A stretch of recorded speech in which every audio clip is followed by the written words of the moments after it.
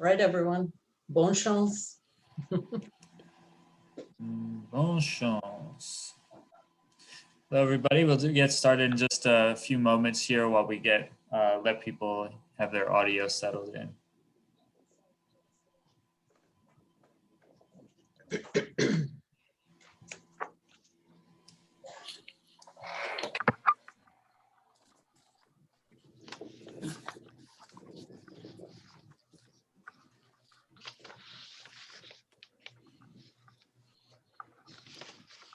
All right.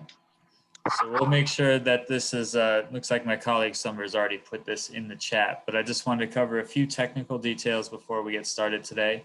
For those of you that are unfamiliar with this platform in particular, it's Zoom webinar, not Zoom meeting. That means that your cameras and your microphones will be disabled by default, so you don't have to worry about interrupting us at any point. But if you do want to ask any questions or make any comments, you'll have to use some of the chat features embedded in the Zoom webinar system. If you have a comment or you just want to have some kind of discussion, chat is best for that. Just make sure that you select all panelists and attendees from the drop down there. And if you have a question for the panel, either for a specific panelist or just the panel at large, the Q&A feature is the best. With that, you can ask questions anonymously, and you can view and upvote and even add your own comments to existing questions. So without further ado, I want to hand it off to Melanie Gottlieb. Thanks, Mike. Welcome. I'm Melanie Gottlieb, Deputy Director of ACRO, and I would like to welcome you to today's webinar on the topic of international education research opportunities here at ACRO. As always, we are hopeful that our technology will not fail us. ACRO, like many of you, are working remotely and remain at the mercies of our home Wi-Fi. As Mike said, you can use the chat freely during this webinar. If you have a question for the panelists during the Q&A section, please make sure that you identify which panelist you would like to ask the question, because we have lots of fabulous colleagues on this call today.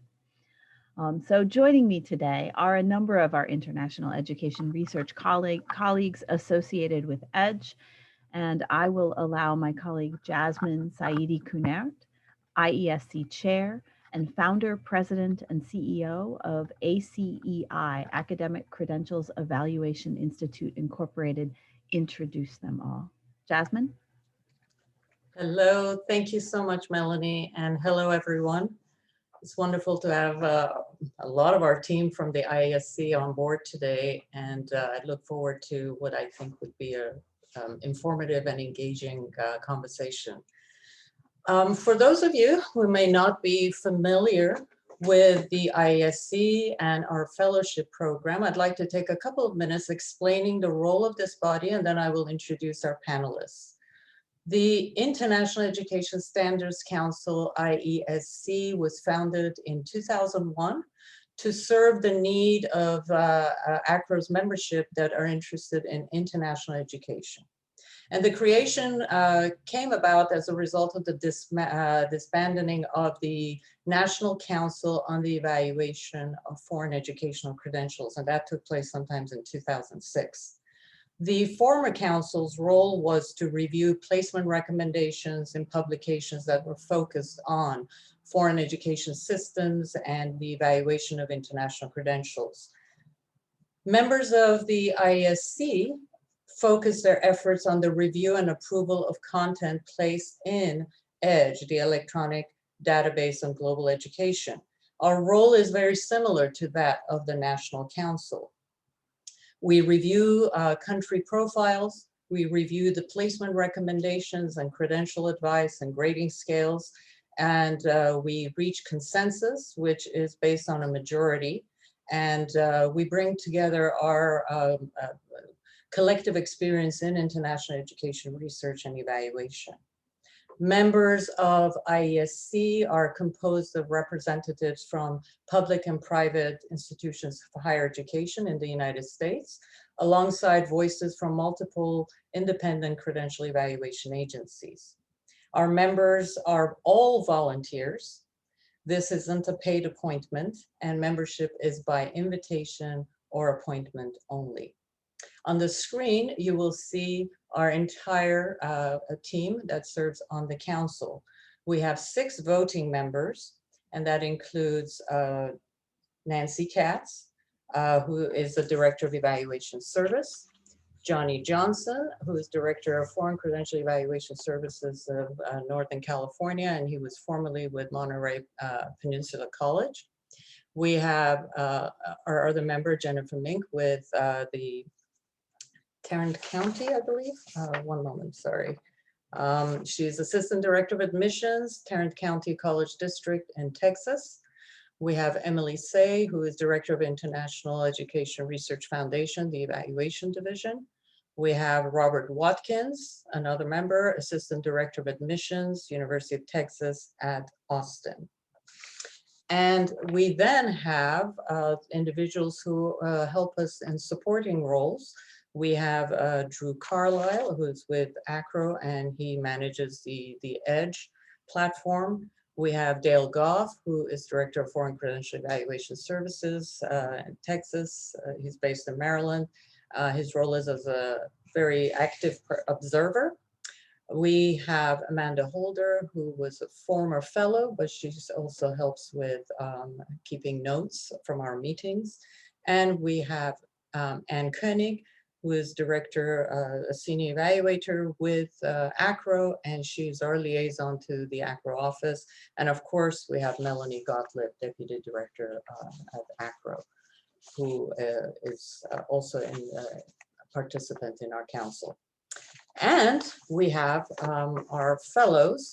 We have our current fellows, who is Rosalie Hancock, lead evaluator with Bellevue College. We have Loida Gonzalez-Utley, who is with Texas A&M University, Corpus Christi. And Erin Hari with Florida Atlantic University. She was one of our former fellows. And Amanda Holder, one of our former fellows, who's with Indiana University, Purdue University. So thank you to my group on the council for joining us today. What I would like to do is if we could just go to the next slide and look at the agenda for today's webinar. I will spend a brief moment to share with you the opportunities available on the IESC. And then my colleagues will take over and share with you information on the fellowship program, the application process, criteria for selecting the fellows, mentorship and orientation. And then our fellows who are joining us today from the past, our past cohorts and our current, will discuss their personal experiences and the projects that they've been involved in. And of course, we will wrap it up with a Q&A. In the meantime, if you have questions, as was shared earlier, please share those in the chat, and you could direct it to the panelists, and we have Melanie who will be monitoring these. As far as the, if we could just go to the slide that says opportunities, please. Thank you. Under this section, I wanted to just bring to your attention that it isn't just those of us who serve on the council that review the country profiles and make decisions on the placement recommendations and so forth. We also encourage those who are seasoned professionals in the field of international education and evaluation who want to dive into a country into deeper research to offer that service as being an author for our EDGE country profiles. Many of the country profiles require updates, and we are always open to interested authors who may want to participate in this process. The other opportunity we have is the fellowship program. And this is a fairly new program that was introduced by ACRO in 2017. And our first cohort was selected in 2018. It's an enriching professional development program for emerging professionals in the field. We're no longer offering or have available the sort of research projects that people like me who started in this field had the opportunity to get their get their teeth in. These were called the Projects for International Research peer, and those led to many publications, but funding dried out and those endeavors are no longer available. So the fellowship program is a great opportunity for individuals who have less than 5 years of experience and really want to dive deep into this area of international education research would focus on a country-specific or some program-specific research. Typically, we have 2 IESC fellows who are selected per term, and the term of a fellow is approximately 18 months long from the time of the appointment to the next annual ACRO meeting, which typically falls in March or April each year. Our fellows are expected to be engaged on the council through our emails, through our calls, research projects, annual meeting, blogs, and committee work.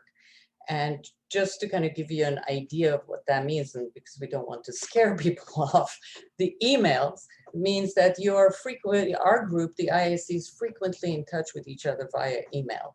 We encourage our fellows to serve as observers, to see the emails, to see the level of dialogue and discussion and detail that we go through, just to kind of get an understanding of the level of work that the group engages in when we are looking at challenging credentials or questions that come our way by EDGE subscribers.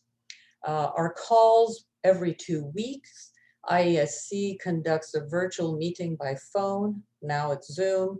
And our fellows are expected to be present during these calls. They're not required to contribute. Again, it's more of a learning experience through being an observer. The main focus of being a fellow at the IESC is the research project.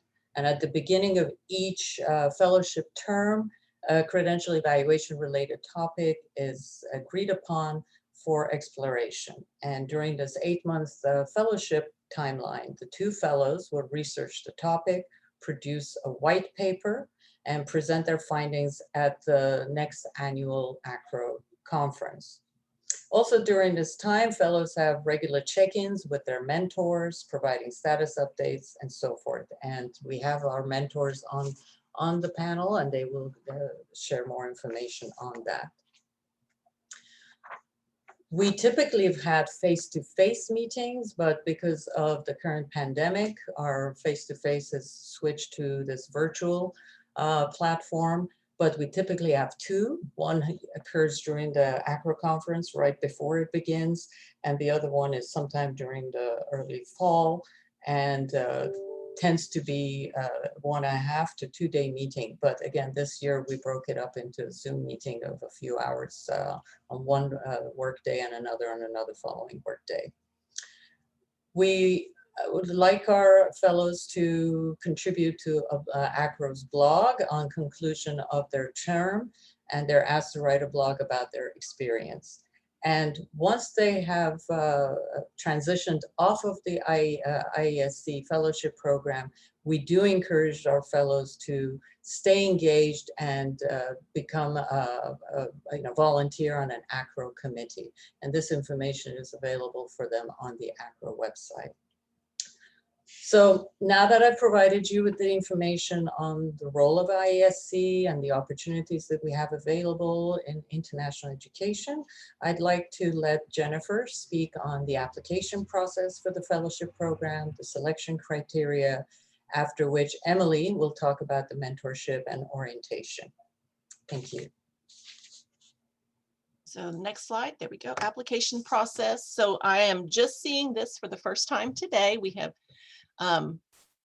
making it available. It is available, and I think the link will be shared in the chat for the application.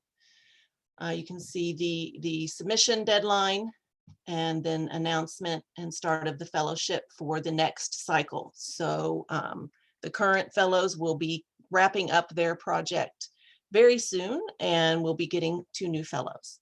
Once the deadline has passed, the review and selection process will take approximately 4 to 6 weeks. And Emily and myself have been traditionally doing the initial review of all of the applicants that have applied. And I'll go over some of the criteria of how we select our fellows on the next slide. But before we move on, once we make our initial review, the full committee is allowed to see who we have suggested, and there will be a vote. And that is as simple as that we select our new fellows. And the applicants will be notified through the official ACRO communications process. On the next slide, criteria for selection of fellows. This is a rather long slide, but again, I wanted just to kind of point out, we're not going to give away all our secrets on how we make the decisions, but we are looking for, this is not necessarily for folks who are new to the field of international education, but we are looking for folks who are relatively new to the credential evaluation part. So again, we want folks who are still new at credential evaluation and have something to learn. And this is part of the process of helping develop their skills in credential evaluation. Why would you apply for the fellowship? Why are you interested in doing this? It is quite, it could be quite a lot of work. You do meet with us regularly. How do you think it will help you as a professional by serving on this, in this fellowship position? One of the things that Jasmine was mentioning is that the IESC does review and often debates placement recommendations for the EDGE database. And we do have spirited discussions and debates, and we're not always able to resolve everything the first time we discuss it. So when we ask on the application for an example of how you helped to shape a policy at your institution, we're looking for you to showcase your analytical and critical thinking skills. It's very useful in this so that we can see how you think about things, how you encouraged, maybe you changed somebody's mind, you were instrumental in making a process change, so forth. So how did you shape policy? And then your writing sample. Again, we want to see how well you write. Jasmine mentioned you will be doing a white paper. You will put together a presentation. We want to make sure that you showcase your writing skills, your best writing skills. So we want more than 2 pages, but we really would like less than 50. So don't submit your thesis, although I'm sure it's very interesting and I enjoy reading everything that everybody writes. We want to make sure that you can give us just enough to show us what type of a writer you are. And I'm going to throw it to Emily at this point. Hello, thank you, Jennifer. So I'll be covering mentorship and orientation. In the beginning, it can be potentially a little daunting for the IESC fellow. So luckily for each cohort, there are 2 mentors that are typically assigned to help provide support, answer questions, and help keep fellows on track with their research project, since the duration of the program is approximately 18 months. The mentors also provide initial feedback on the research findings before they're presented to the IESC and the ACRO community at large. In connection with this, the mentors also typically provide a brief orientation to help facilitate the transition. So for example, the mentors explain who's who, provide the lay of the land, and help clarify expectations and roles. As Jasmine mentioned, there are a lot of pieces to the program. And so in certain capacities, the fellows will be observers, and in other capacities, the fellows will be more active agents. But nevertheless, do not fear, there is plenty of support and guidance along the way. And now I'll pass this on to Nancy and Dale, who will speak on the current IESC fellows. Good afternoon. This is Nancy Kantz in Chicago. And Dale and I are working with the current cohorts, Loida and Rosalie, and their topic is dealing with offshore medical schools. We've had through EDGE, ACRO EDGE, we have had a number of questions about that. It's been a topic of interest to many of us over the years because they're not necessarily recognized within the home country. This topic was discussed within the EDGE group, and it was determined at some point that this would be the topic for the new 2019 and 2020 group. We provided guidance as needed. I will say both Loida and Rosalie were very lucky because they started their orientation and their research project with Jennifer and Emily. And then we picked it up after they began their research and provided us information. We check in with them now and again. They know they're always welcome to speak with us whenever they need to. They have been working diligently, very independently. So it's at your pace, but within a time frame. We do review the work. They've been working on a massive chart about offshore medical schools, historical chart, informational chart, etc. They will be doing a presentation at the annual ACRO conference in 2021, whether it be in person or online. And there will be a white paper that we will review and that will be presented to the ACRO community upon its completion. The main key here is guidance. We will provide as much guidance as they wish or as little as they want. Dale is going to take it over here. Dale? Thank you, Nancy. When I was with ACRO, we were receiving lots of calls from not only institutions, but from state medical boards, the licensing boards. And to me, it was apparent that's a great deal of misunderstanding regarding these schools overseas, generally in the Caribbean area, who were not recognized locally because they were following a US model of education and not the indigenous structure of education. And I began to collect a lot of information. It got to the point, however, that clearly much more research was needed. And that is why we proposed to the IESC that this was a topic suitable to be undertaken by the fellows. And so when the fellows were chosen, Loida and Rosalie, we passed it off to them. And I would echo what Nancy has said about the incredible amount of research that they have done. They came up with far more names of institutions than I had ever encountered. I was frankly just simply blown away. And so because Nancy and I had been working in this, it was decided that we would be a good mentor for this particular project. And I think it has proven to be a successful one. Let me turn it over now to Rosalie.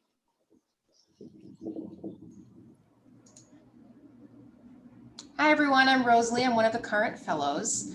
I'm just going to share a little bit about my personal experience with the IESC and with our research project. I first heard about the fellowship when I attended ACRO's Summer Institute. That was a week-long training in international evaluations, which I highly recommend. I was intrigued by the opportunity for research, since it's not like there's a graduate degree available in international credentials evaluation, at least not as far as I know. So this seemed like a great opportunity to break into the field. I also just wanted to learn from the experts and have that opportunity to observe those really high level conversations, which is exactly what I got. There are nearly 2,000 emails in my inbox of discussion among the council, and I've enjoyed reading and learning from all of them. I definitely have a renewed respect for the depth of work that goes into providing EDGE recommendations. This is a field with constant novelty, so at least it's never boring.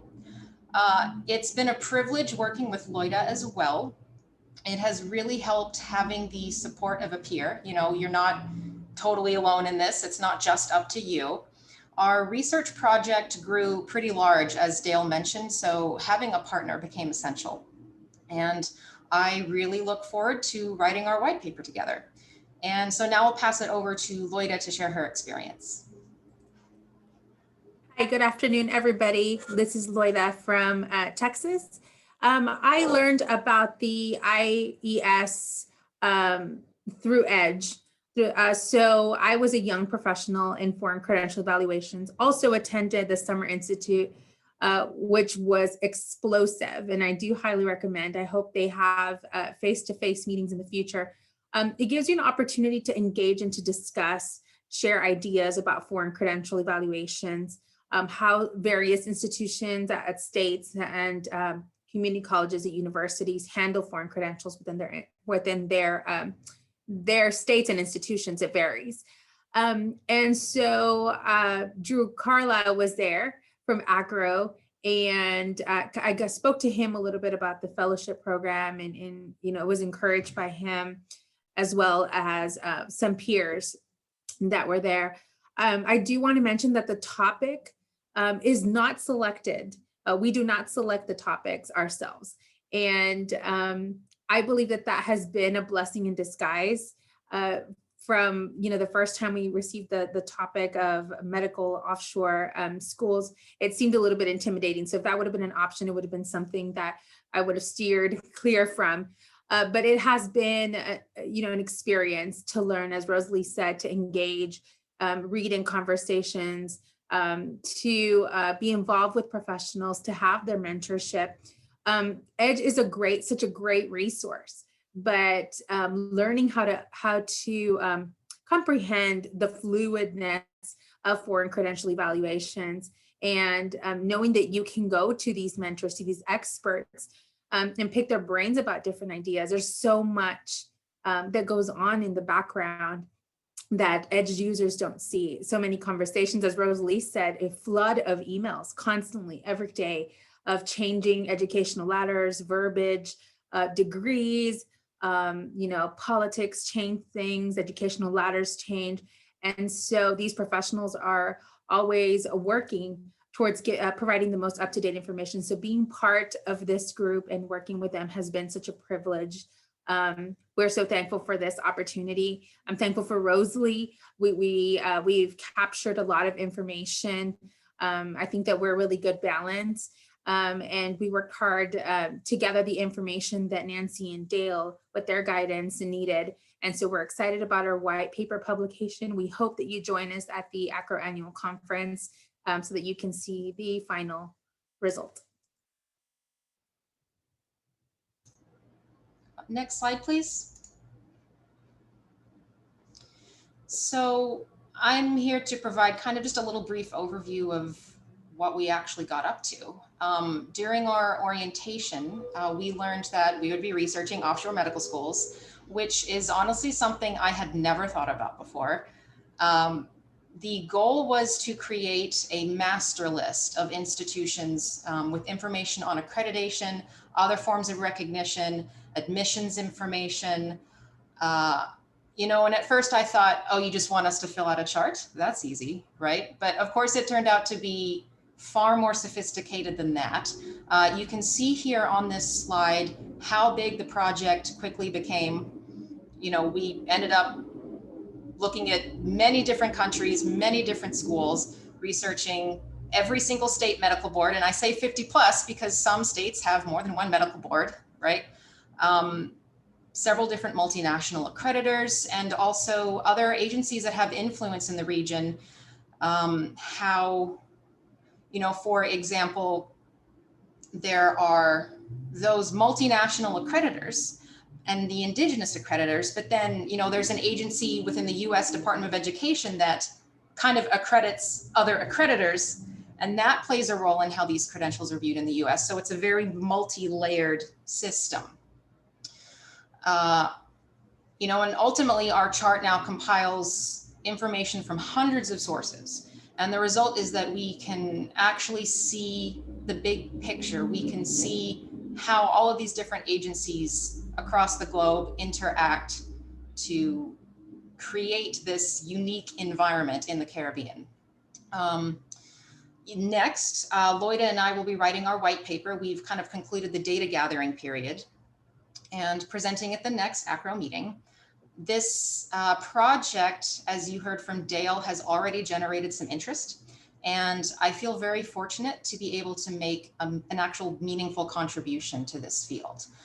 I'd say that if you're considering applying, don't be concerned about the research aspect if that is a little intimidating to you, because whatever project you work on will be fascinating and you'll have abundant support.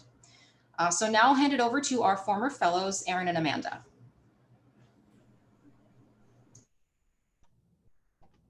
Hi, everyone. My name is Erin.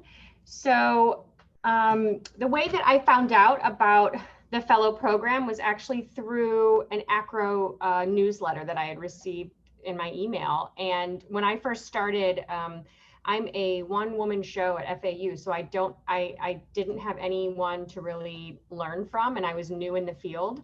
And so I was really just reaching for anything that I could get my hands on. And I came across this fellow program, and it just seemed like a really great opportunity to really learn about foreign credentials and how to do them, and to make connections within the field of respected professionals.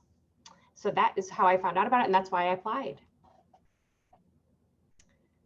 Amanda? Thanks, Erin. Hi, everyone. My name's Amanda Holder. I found out about the IESC Fellows Program through a newsletter as well, like Erin did. For my position at the time, I had been evaluating for about 1.5 years in foreign credentials. And so I knew the mechanics of how to do things. I had been to a couple of ACRO conferences. So I was familiar with ACRO Edge and some of the people that are actually on this council. But my position at the time was really asking me to think through like policy implementations and sort of bigger scale reasons of answering the question of how I was doing things. And so for me, I really looked at this opportunity as a way to answer the why. Why does ACRO Edge look at a system the way they do? Why are the like sort of just the credentialing pieces that are within Edge? It just really just opened that that part of credentialing to me, and not just the mechanics of it, but it really helped me understand why we do things, what are best practices, looking at industry standards, and really being able, as Loida and Rosalie have said, and Erin, to be able to sit at the table and listen to people who literally wrote the book on credentialing for foreign evaluations, and being able to hear all of the expertise in the room has just really been a great experience for me as well. So that's the reason I applied, and that's how I found out. And so to sort of jump into our research, Erin and I, again, we didn't pick our topic, and that was a blessing in disguise, as Rosalie mentioned. We were given the focus and the topic of 13-year education systems and looking at how to award advanced credit. And our research really started very broad, and we had to narrow it very quickly because as you're researching these things, it just grows and it grows, and your data grows, and you're looking at where do we take the data? Where is it taking us? And for Erin and I, we sort of narrowed the scope to looking at how our institutions, because both of us were at different types of institutions. Erin's at a large public one, and at the time I was at more of a smaller private university. And we really looked at sort of the process that our institutions were using to evaluate 13-year systems and how to award advanced standing credit, or as some people would say, transfer credit. And so what we found was basically that our institutions do it quite differently. And sometimes there were processes and sometimes there weren't. And so that's when we decided to really move our research towards developing sort of a system or an approach and a process that we could systemize and even share with others about how they could go through this. And so we also put together a large chart. We had to identify, we went through every country that ACRO Edge lists, and we identified those that were true 13-year systems. And once we identified all of those, we broke it into regions and we picked a few that we wanted to do curriculum research on. And so once we had pulled those out, then the work of looking at how our institutions really evaluated this curriculum and this credit, and then trying to put our process that we developed into play, that all led us to really formatting our white paper.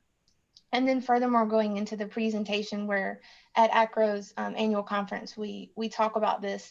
And so I believe Summer has put our white paper link in the chat. And so you can definitely take a look at that link, but you'll see our chart in there with all the 13-year systems. And then you'll also see sort of a template or a process that we came up with of how, or that people can use for how to evaluate advanced standing credit, especially when you have different departments involved.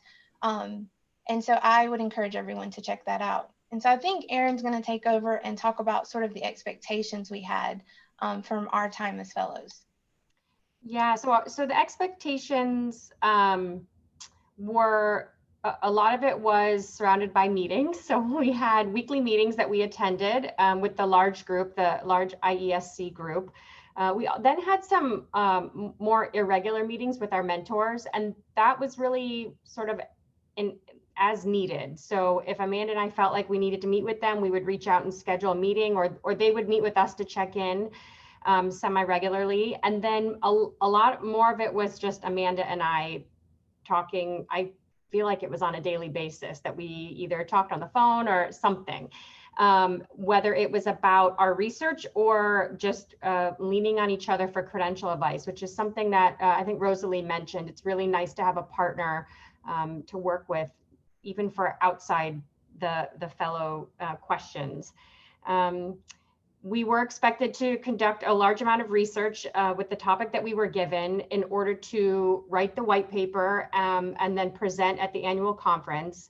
The deadlines were not super stringent. We had a lot of soft deadlines, and I appreciated that. Our mentors would give us deadlines throughout the road so that we stayed on track.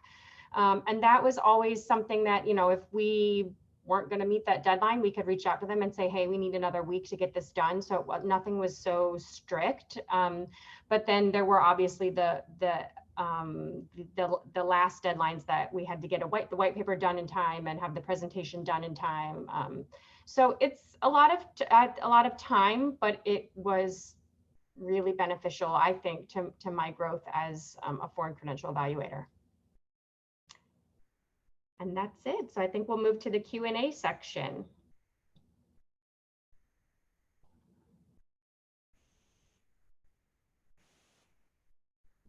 Hi, sorry about that. I was talking and hadn't unmuted. So thank you so much. Those were really incredible discussions, and I'm always very, very impressed by the level of the projects and the level of the research that comes out of our fellows program, and I'm really excited about it. As we're waiting to, oh, yes, sorry about that. My video wasn't on.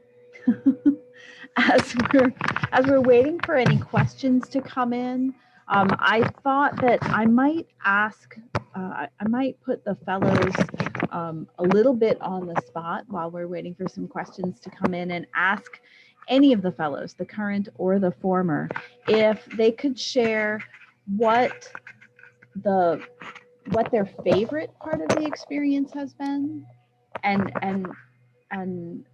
why. Just one thing. So I would like to say that my favorite part is listening in at the ACRO meetings. You know, as an EDGE user, as an evaluator, you see the final product on EDGE. You know, you see the publications, the scale's already nice and neat with all sorts of links, beautifully outlined. But being part of the conversation in the background, you know, seeing all of the research, the constant emails, the struggles, restructuring of things, making changes, accepting suggestions or not, reevaluating, you know, publications, updating publications. It's incredible. You know, I've only been a part with Rosalie, you know, in this project on one topic. But these professionals, you know, they do it all. They handle all the countries, all of the ladders. You know, they're knowledgeable about educational systems, are knowledgeable about the politics that affect those educational systems. They each know their country like the back of their hand. And they can pull this information up from their mind. You know, so in a second they'll have a discussion about a country, and you know, all of a sudden you're talking about Turkey, and then you know, by the time you realize it in blink an eye, you're talking about, I don't know, Germany or Cuba and you know, Mexico, and then going back to Cuba, and you know, it's just incredible. It's an incredible experience. So thankful for these professionals and the knowledge, and for their willingness to share knowledge with us as fellows. I have a great sense of humor too. The meetings are always fun. I guess, you know, I would echo Loida. That's probably one of the best parts. It was also, I really, really enjoyed digging down into the weeds and doing that nitty-gritty research. Sometimes I feel, you know, when I'm evaluating credentials at work, I only have so much time. And as I'm looking at it, I see all these interesting things and I want to follow that rabbit hole, but I've got another 50 I have to do and I have to move on. You know, I learned recently about the Ethiopian calendar. Ethiopia has its own calendar system. And, you know, I noticed that, hey, wait a second, the years a student attended this college, it didn't exist yet. But, you know, I see all the little words EC, and then you go down this rabbit hole about the history of the Ethiopian calendar, right? So getting to do this research has kind of like, feels like I was taken off the leash, you know what I mean? I was finally given that permission and I had that opportunity and that excuse to tell my supervisors, hey, I have to go do this thing now. And just being able to go as deep as we thought we needed to go, because every time we thought we had like the list, okay, these are the people we need to be looking at. These are the websites we need to be looking at. I'd see another acronym. What the heck is that acronym, right? And it just builds and builds and builds and builds.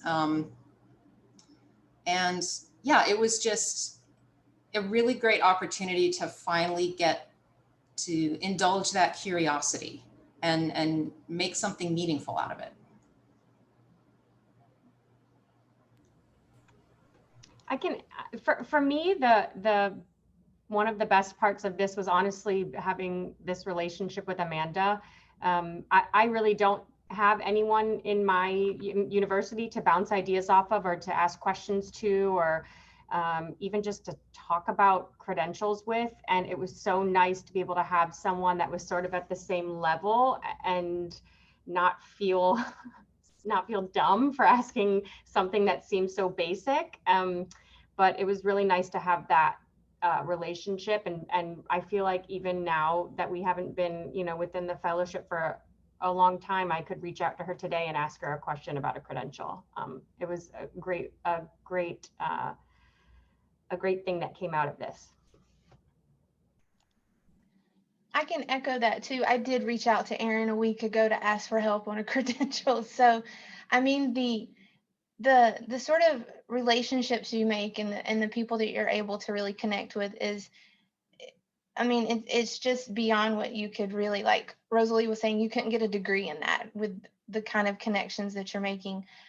For me, one of the bigger takeaways is when I go into a meeting now and I'm trying to discuss policy or why we're going to choose to go this way on a credential, I have Robert Watkins' voice here, or I have Dale's here, and I have Ann or Emily. Like, I have all these people, and sometimes I'll say things in my meetings and I go, that's what Robert would say. And I feel like I just have more of a vocabulary and a way to express the why, you know, because when you're trying to tell someone we need to switch policy, we need to go this way on a credential, they don't want to hear that it's because I just know and it's the gut instinct. It's, you know, it's really helped bring a lot of to highlight credentials and the need for to do it accurately and to have the reasoning and sort of just that really just that power behind understanding of why you do it. So that's really what I take away from it. Wow, those were even better answers than I would have expected. That was awesome, guys. So I'm going to ask one more question because it seems as though our attendees might be a little quiet. And I'm hopeful that that means that perhaps they are thinking about this opportunity and whether this opportunity would be right for them. And so I'm going to ask anyone on the panel, if you had one piece of advice for someone who is on the fence about whether or not to do this, what is that piece of advice you would offer? Well, my advice, if I could just say, Loida, is take the chance, take the step. There's nothing to lose, but so much to gain. And just listening to the four of you speak, my heart has just expanded. I'm so delighted. And it's so inspiring to hear this because, you know, I'm an old timer in this field. And sometimes you think, oh, our profession is being, you know, squeezed out, and to seize this kind of fresh voices and fresh interest and the enthusiasm, it's fantastic. So thank you for this wonderful feedback. And let me just add two things. One, I echo exactly what Jasmine has said. Hearing the four of you has been wonderful. I also want to point out that the contributions that the two sets of fellows have made really are significant additions to the field of credential evaluation. It answered the question about 13 years. And I think it has answered the question about the status of these offshore medical programs in the Caribbean area. And I can't emphasize that enough, that this is substantial research which has resulted in demonstrably significant information that we can use from now on in the field. And I just kudos to all four of the fellows. I can say that I've been in the field for 20 years. And when this fellowship program was created, I immediately became jealous and wished that I had had this opportunity myself growing up, so to speak. There's nothing like having mentors and having the opportunity to be in the room where other seasoned experts are and hearing their thought processes and understanding the why behind a placement recommendation, and not just operating in a vacuum. It's an extremely valuable experience. And if this is a field you want to pursue, it is so important. I would absolutely recommend taking advantage of it. It's an investment in yourself and an investment for your institution, absolutely. This is Nancy again, and I just want to reiterate that this is really a wonderful opportunity, because for years ago, and I'm talking years ago, there were funds that came through the US government, and we had opportunities. Many of us have opportunities to travel overseas and write publications. I did Thailand, Dale was on, I think Romania, and Koenig, who's on, was part of the Poland group. And this is a great opportunity from now on for Loida and Rosalie. You are the experts on offshore Caribbean medical schools. So kudos to you guys.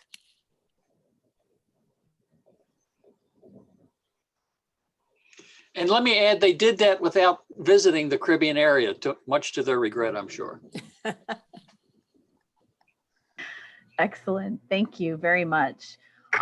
And since I don't see any other questions emerging, then perhaps it might be time to talk a little bit about our other opportunities within this area.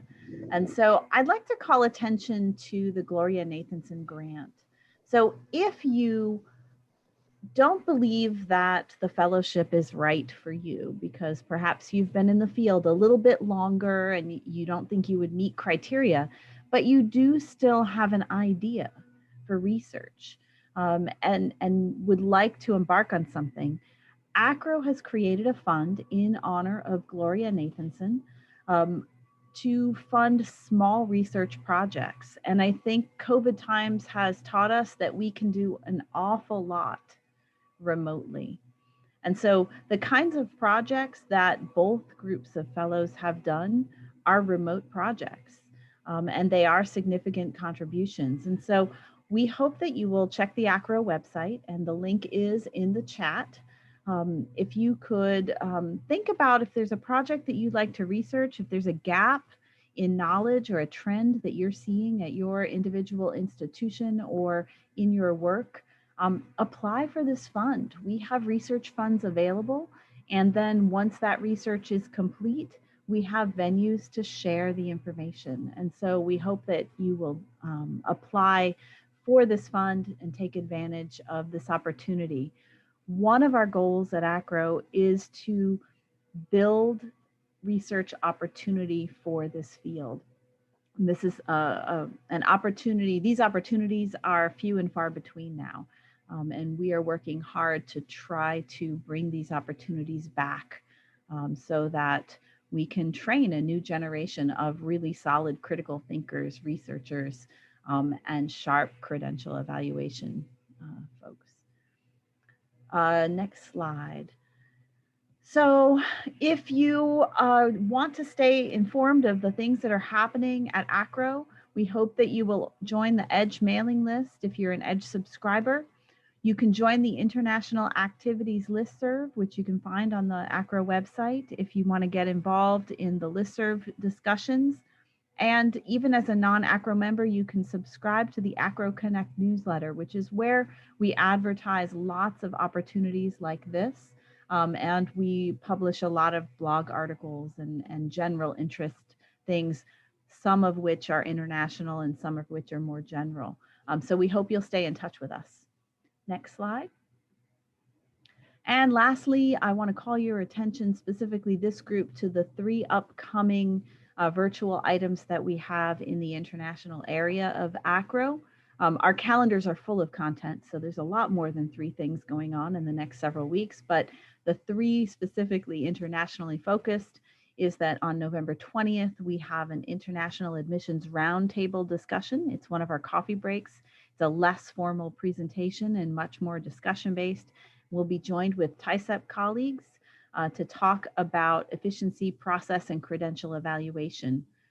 On November 24th, next week, we will have our monthly EDGE user group update, where we will talk about the latest releases in EDGE, and you'll have an opportunity to ask your complicated credential questions to the IESC experts who will be on the call. So see if you can bring them something really good and juicy to talk about. And then on December 3rd, our colleague Ann Koenig will present on Uzbekistan 2030, the Silk Road to Internationalizing Higher Education. This is a webinar and project that has emerged out of some engagement that we have begun in the country of Uzbekistan in partnership with Webster University in Tashkent. We also have 2 publications just released, a new publication on holistic admissions and a white paper on the Cuban education system that has emerged out of the ACRO Cuba project in cooperation with TISEP and AICE and the Great Cuba Project team. Thank you very much for your time today. I hope to see you virtually sometime in one of our upcoming venues, and have a great rest of your week.